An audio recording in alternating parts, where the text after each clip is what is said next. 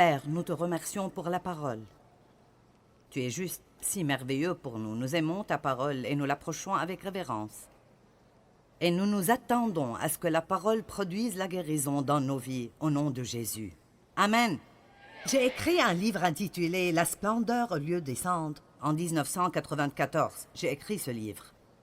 C'est une partie de mon témoignage et il parle des pas qu'il faut faire pour vaincre les blessures émotionnelles ou l'abus de tout genre dans vos vies. Ce livre est rempli de bonnes informations et de petites histoires qui vous aideront à jouir de la vie que Jésus est mort pour vous donner. Je vais enseigner sur ceci. Dans Ésaïe 61, versets 1 à 3, ce sont des versets qui m'ont aidé à traverser plusieurs des premières années de mon cheminement déroutant avec Dieu. Parce que très souvent, nous pensons, eh bien, j'ai Christ maintenant, je vais à l'église, tout doit commencer à changer dans nos vies. Mais ça n'arrive pas toujours de cette façon. J'étais dans une grande dénomination et j'ai pris des instructions dans l'église et je me suis jointe à l'église. Et vraiment, pas grand-chose n'a changé dans ma vie. Je savais bien, au-dedans de moi, que Jésus était mon sauveur et j'ai écouté un bon message fondamental sur la grâce. J'avais compris la grâce. J'avais compris les choses doctrinales que nous devons comprendre. J'avais entendu de bons enseignements sur le Père, le Fils et le Saint-Esprit, le sang de Christ, la mort et la résurrection de Christ. Mais que faire de ma vie de tous les jours, là, je n'avais aucune idée. Et en 1976, Dieu a touché ma vie d'une façon vraiment puissante. Et j'ai commencé à étudier la parole. Et j'ai commencé à réaliser que j'avais beaucoup de problèmes dans mon âme qui étaient restés là après l'abus dans mon enfance. Vous voyez, très souvent, si nous sommes dans des circonstances qui nous font mal, ou si vous avez grandi dans une situation où vous avez été blessé, peut-être que vous n'avez pas reçu d'amour ou d'attention, ou vous avez subi beaucoup d'abus verbal, ou quelqu'un vous a dit que vous étiez mauvais tout le temps, ou trouvait quelque chose de mal en vous, et vous disait des choses critiques. Tu n'accompliras jamais rien. Pourquoi ne peux-tu pas être comme ton frère ou comme ta sœur? Quoi que ces gens disent, ou peut-être que vous avez été abusé sexuellement par votre père, votre mère, quelqu'un d'autre dans la famille, un voisin. Peut-être même que c'était pendant plusieurs années, comme ce que j'ai subi. Peut-être que vous avez été abusé physiquement. J'en connais qui ont été enfermés dans des armoires, à qui on a refusé de la nourriture, qui ont été battus sans pitié parce qu'elles avaient des parents malades mentalement. C'est surprenant les choses horribles que certaines personnes font à d'autres personnes. Mais une chose qui m'a vraiment aidée est de me rappeler que les personnes blessées en blessent d'autres. Les personnes blessées en blessent d'autres. Je ne pense pas qu'il y a beaucoup de gens qui se lèvent en pensant « Je vais voir combien de personnes je peux rendre misérables aujourd'hui ». Les gens, dans plusieurs cas, agissent à cause de leur propre peine. Et ce que Satan veut, bien sûr, est que quelqu'un nous blesse et que nous devenions énervés et amers et irrités, que nous gardions une rancune, que nous passions nos vies en nous sentant victimes, que nous entrions dans toutes sortes de comportements addictifs, et puis que nous passions nos vies à blesser quelqu'un d'autre pour qu'il puisse alors aller et faire la même chose. Et puis ça continue comme cela de génération en génération. Mais je suis là pour vous annoncer de bonnes nouvelles. Que si vous avez été blessé dans le passé, ça n'a pas besoin d'aller plus loin que vous à quelqu'un d'autre. Vous avez le privilège de parler au nom de Jésus et de croire en la puissance de Dieu pour non seulement vous guérir complètement et vous transformer comme si ça ne vous est jamais arrivé, mais pour ne jamais laisser ceci aller à quelqu'un d'autre dans votre génération. Et ceci est de merveilleuses bonnes nouvelles. Amen. Donnez gloire à Dieu.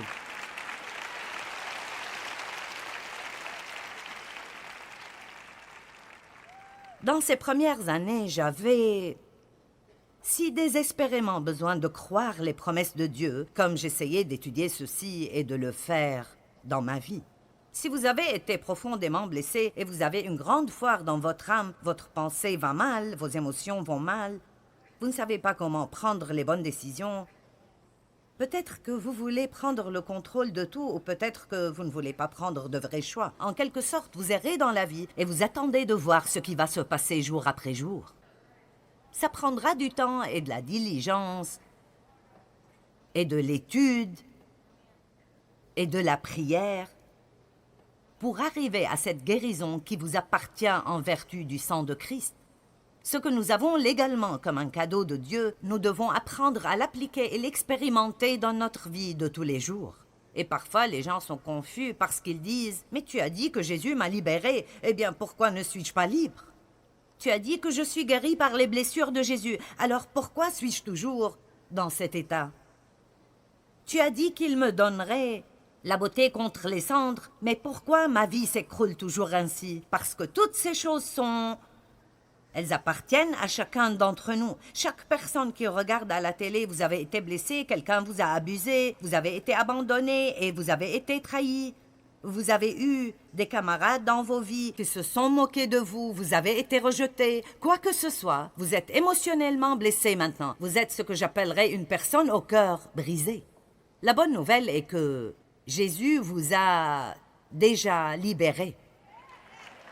Il vous a déjà libéré. Maintenant, une partie de mon devoir en tant qu'enseignante est de vous apprendre comment sortir de ces prisons qui ont déjà les portes ouvertes, de vous apprendre à voir ce qui vous appartient et à le croire assez pour tendre les mains et commencer à l'appliquer dans vos vies. C'est une merveilleuse aventure.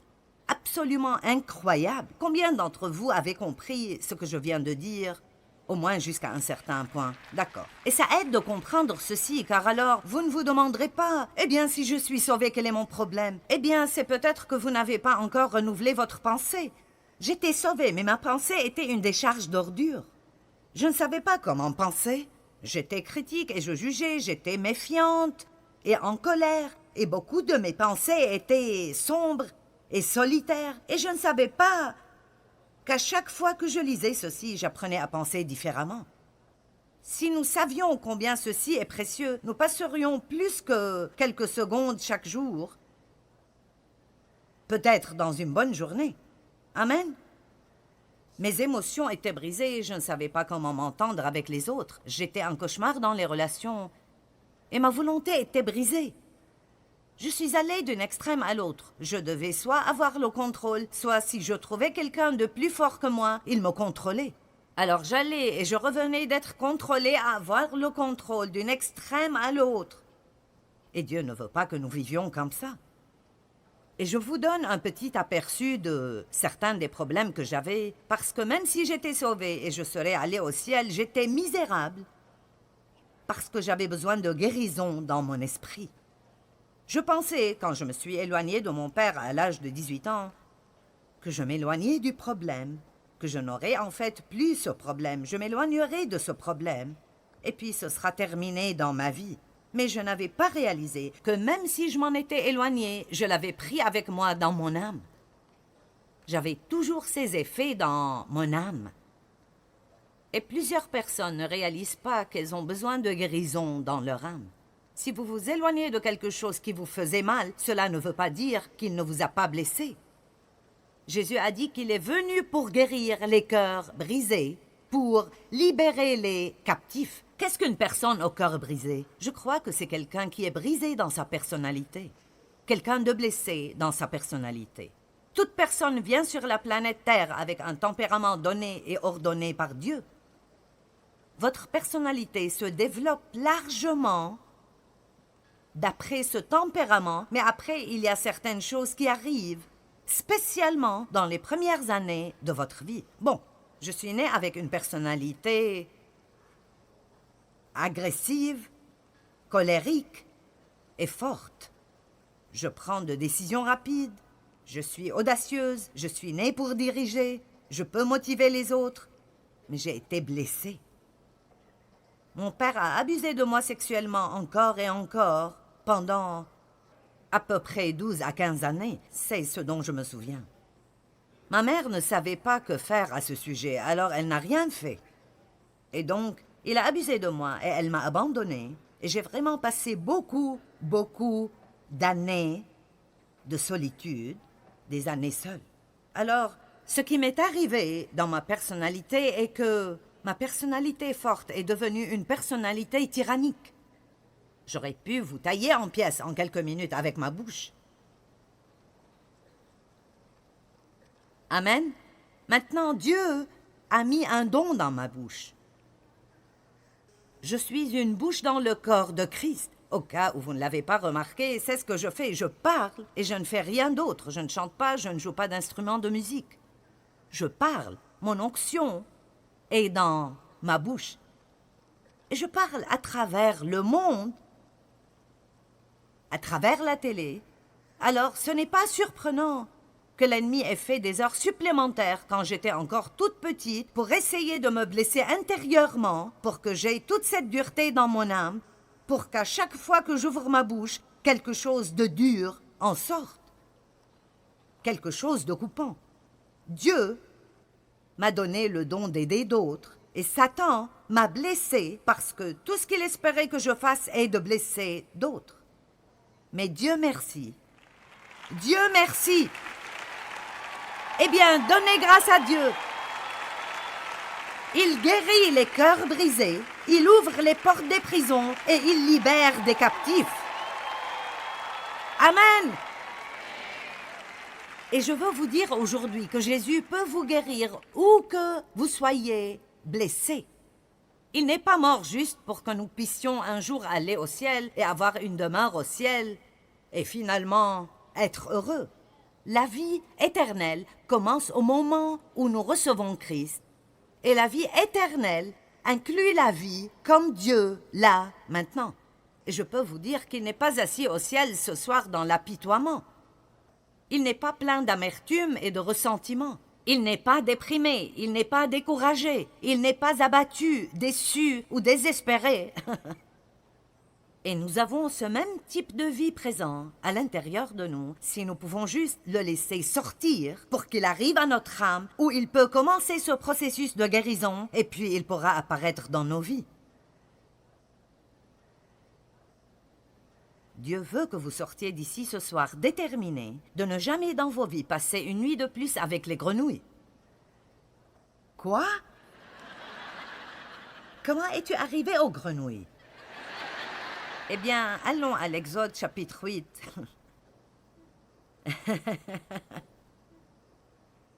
Exode 8. Les Israélites, dans l'esclavage en Égypte, ont crié à Dieu pour un sauveur. Moïse, qui était un type de Christ, leur a été envoyé. Pharaon, qui représente le diable, ne voulait pas les laisser partir. Alors, Dieu a envoyé des plaies, l'une après l'autre, et a dit « Tu auras une vie misérable jusqu'à ce que tu laisses mon peuple partir. » Eh bien, l'une de ces plaies était les grenouilles. Maintenant, chapitre 8, verset 1, Moïse dit à Pharaon « Ainsi parle l'Éternel, laisse aller mon peuple afin qu'il me serve. » Et ce soir, vous et moi, nous allons annoncer au diable « Laisse aller le peuple de Dieu afin qu'il puisse servir Dieu. » Amen. Je serai le porte-parole de Dieu ce soir, et je dirai, ainsi parle l'Éternel, laisse aller mon peuple. Amen. Si tu refuses de le laisser aller, je vais frapper par des grenouilles toute l'étendue de ton pays. Le fleuve fourmillera de grenouilles. Elles monteront et elles entreront dans ta maison, dans ta chambre à coucher, et dans ton lit, dans la maison de tes serviteurs et dans celle de ton peuple, dans tes fours et dans tes pétrins. Dieu peint une image ici. Des grenouilles partout. Vous savez, si vous avez de la misère dans votre vie, elle est partout où vous allez. Des grenouilles. Des grenouilles d'apitoiement. Des grenouilles de colère. Des grenouilles d'amertume. Des grenouilles de haine. Allez, vous me suivez? pardonnerez-vous aux gens qui vous ont blessé? Quand arrêterez-vous de dire « c'est trop dur, c'est vraiment trop, ce n'est pas juste » Maintenant. Maintenant. Ceci est le jour que l'Éternel a fait. Vivons-le dans la joie et l'allégresse.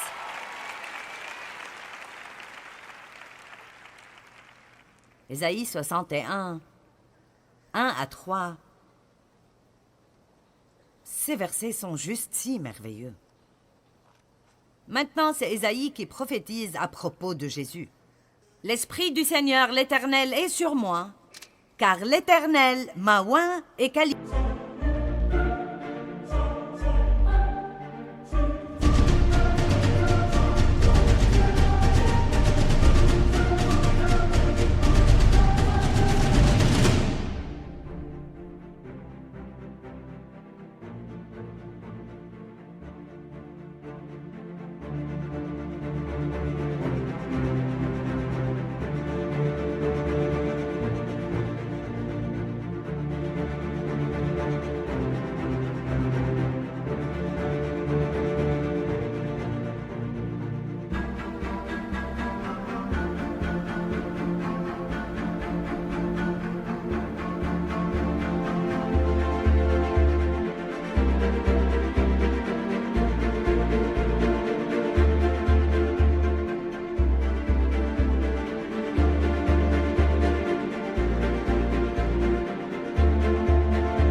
Pour porter de bonnes nouvelles aux malheureux, aux débonnaires et aux affligés. Vous savez que Jésus n'a jamais été à un séminaire? Ah.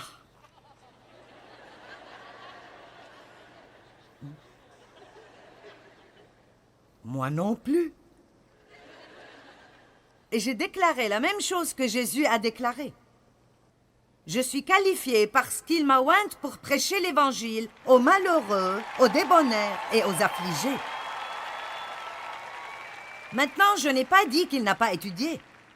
Il a étudié tout le temps et je suis sûre qu'il a étudié avec des personnes bien éduquées. Mais j'essaie juste de vous montrer que si vous avez manqué un peu d'éducation, cela ne veut pas dire que Dieu ne peut pas vous utiliser. Dieu vous a oint pour faire des choses incroyables. Son onction est sa force. C'est un don du Saint-Esprit qui vient à vous et vous permet de faire tout ce que Dieu vous a demandé de faire. Vous êtes un miracle qui attend d'être accompli.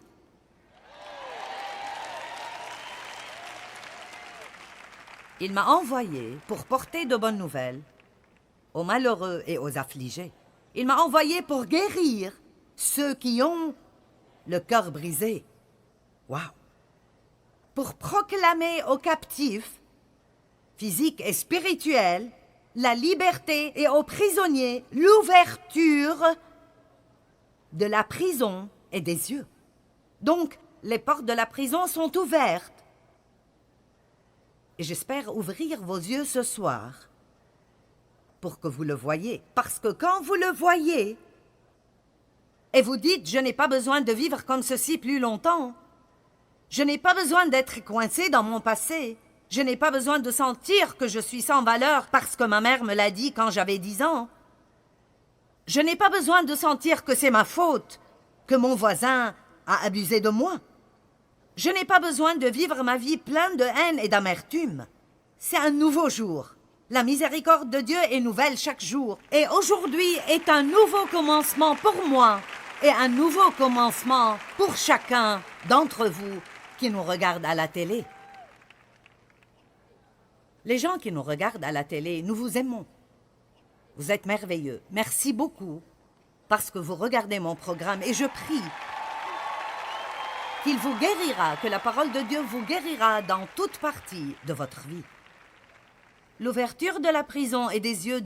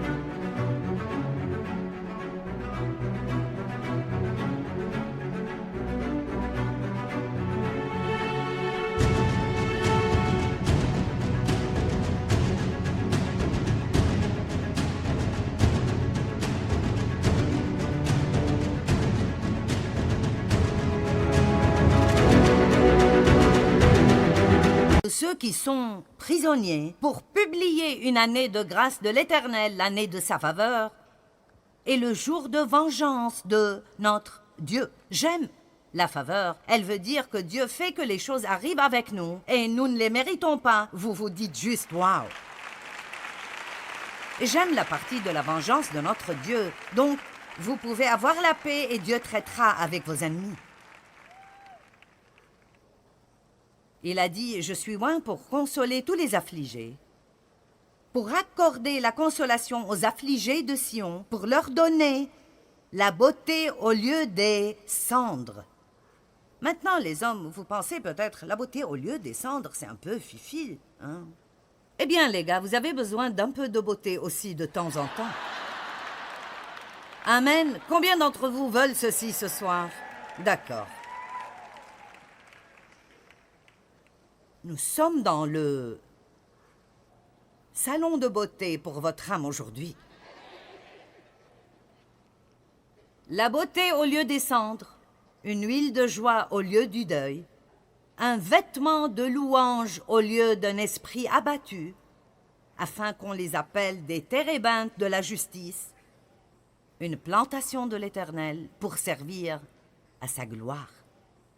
Et les versets 7 et 8 m'ont aidé à continuer longtemps. Au lieu de la honte, vous aurez une portion double, c'est-à-dire la récompense de la restitution. Au lieu de l'ignominie, votre peuple seront joyeux de leur part. Maintenant, écoutez ceci. Ainsi, dans leur pays, pas quand ils mourront et iront au ciel, mais dans leur pays, ils posséderont le double de ce qu'ils ont abandonné. Et leur joie sera éternelle.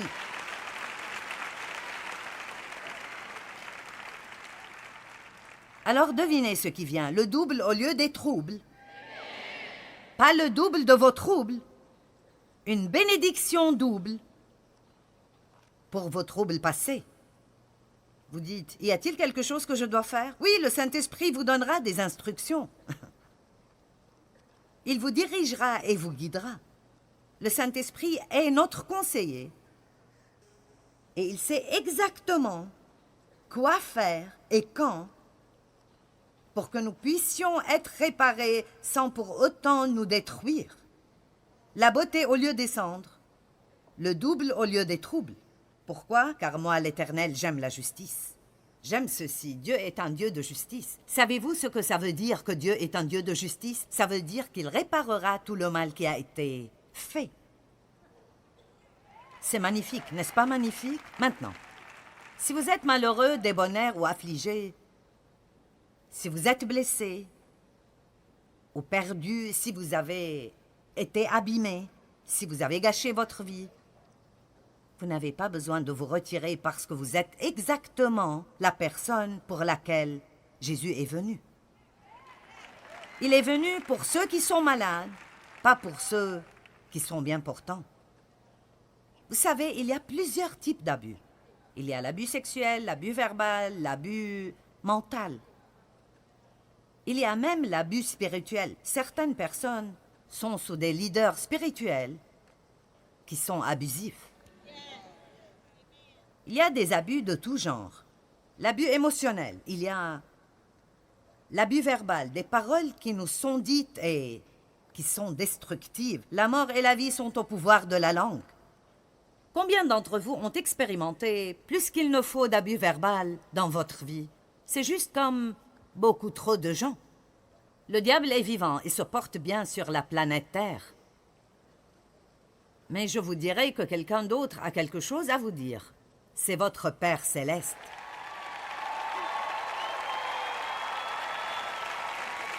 Et maintenant, c'est ce que vous devez apprendre à croire. Ce n'est pas ce que maman vous a dit qui compte, c'est ce que Dieu le Père vous dit qui compte. Ce n'est pas ce que papa vous a dit qui compte, c'est ce que Dieu le Père vous dit qui compte. Ce n'est pas ce que votre enseignant a dit, ou votre camarade de classe, ou votre frère, ou votre sœur. Même si vos parents ne vous ont pas aimé du tout, laissez-moi vous encourager ce soir. Et ne le prenez pas mal, mais ça ne fait pas de différence parce que Dieu vous aime. Dieu vous aime et il vous aime pour toujours et parfaitement et complètement et sans condition. Honnêtement, je peux dire que mes parents ne m'ont pas aimé.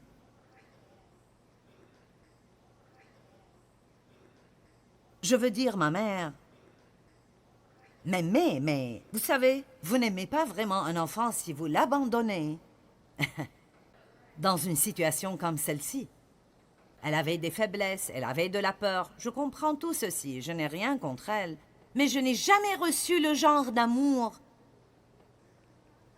qu'un enfant devrait avoir. Nous devrions apprendre l'amour de Dieu, le Père, à travers nos parents. Mais nous ne le faisons pas. Mais ce n'est pas trop tard pour vous de commencer maintenant. Même si vous avez 75 ans, vous pouvez commencer ce soir. Recevoir l'amour de Dieu. L'amour de Dieu est ce qui guérit notre âme blessée. Je vous montrerai un verset, Éphésiens 3,16, que je veux que vous commenciez à prier sur votre vie tous les jours. Éphésiens 3,16, je prie ce verset presque chaque matin. Vous savez, quand vous commencez à croire la parole de Dieu et à la dire de votre propre bouche, vous commencez à prier cette parole devant Dieu. Il doit, sur son honneur, accomplir ses propres promesses si vous les croyez. Amen. Alors vous dites, Père, je crois ceci et je le reçois aujourd'hui. Qu'il vous donne de l'excédent de sa gloire, que vous soyez fortifiés et renforcés d'une grande puissance en vous-même par le Saint-Esprit lui-même qui demeure au plus profond de votre être et votre personnalité. Alléluia! Saint-Esprit, viens et entre dans ma personnalité. Viens aujourd'hui, Seigneur, et demeure dans ma personnalité, car je ne serai pas méchant, je serai bon. Je ne serai pas triste, je serai joyeux. Je ne serai pas coléreux, je serai joyeux. Je ne serai pas plein d'apitoiement aujourd'hui. Je sortirai de cette maison et j'irai aider quelqu'un qui en a besoin. Viens, Saint-Esprit, et demeure dans ma personnalité. Combien d'entre vous commenceront à prier ceci chaque jour? Eh bien, je crois qu'il est temps de prendre une décision de sortir de l'esclavage, de laisser tomber les grenouilles et de trouver la liberté que Jésus est mort pour que vous l'ayez. Ne vivez pas dans votre peine passée un jour de plus.